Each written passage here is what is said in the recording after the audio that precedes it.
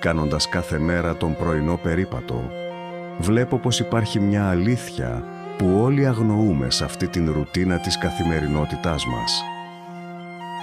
Βλέπουμε εξωτερικά ανθρώπων εκφράσεις, εικόνες, χαμόγελα, θλιμμένες σκέψεις, αλλά όμως όλοι τρέχουμε να προλάβουμε ό,τι μας κυνηγά.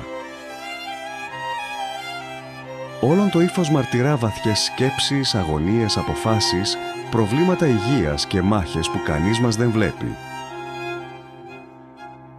Μόνο εμείς όλοι ξέρουμε τι ζούμε και όταν η πόρτα μας ανοίγει, επιλέγουμε αυστηρά τι θα δείξουμε στον κόσμο όταν βγαίνουμε προς τα έξω.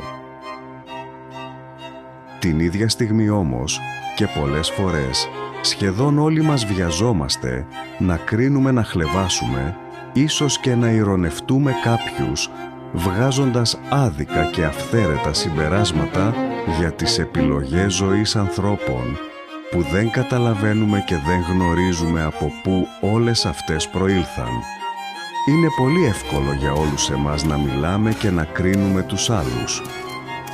Το δύσκολο είναι να μπούμε στα παπούτσια τους, να περπατήσουμε πάνω σε αναμένα κάρβουνα και κοφτερές πέτρες που περπάτησαν, να νιώσουμε τα βάρη που κουβάλισαν στις πλάτες τους, τις πληγές που κρύβουν και τις μάχες που έδωσαν.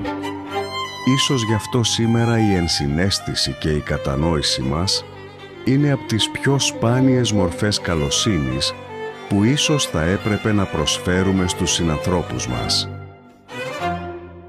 Τότε σίγουρα ο κόσμος μας θα γινόταν πολύ καλύτερος όταν θα είχαμε έστω λίγο περισσότερο σεβασμό σε ζωές και ιστορίες ανθρώπων που δεν τους γνωρίζουμε.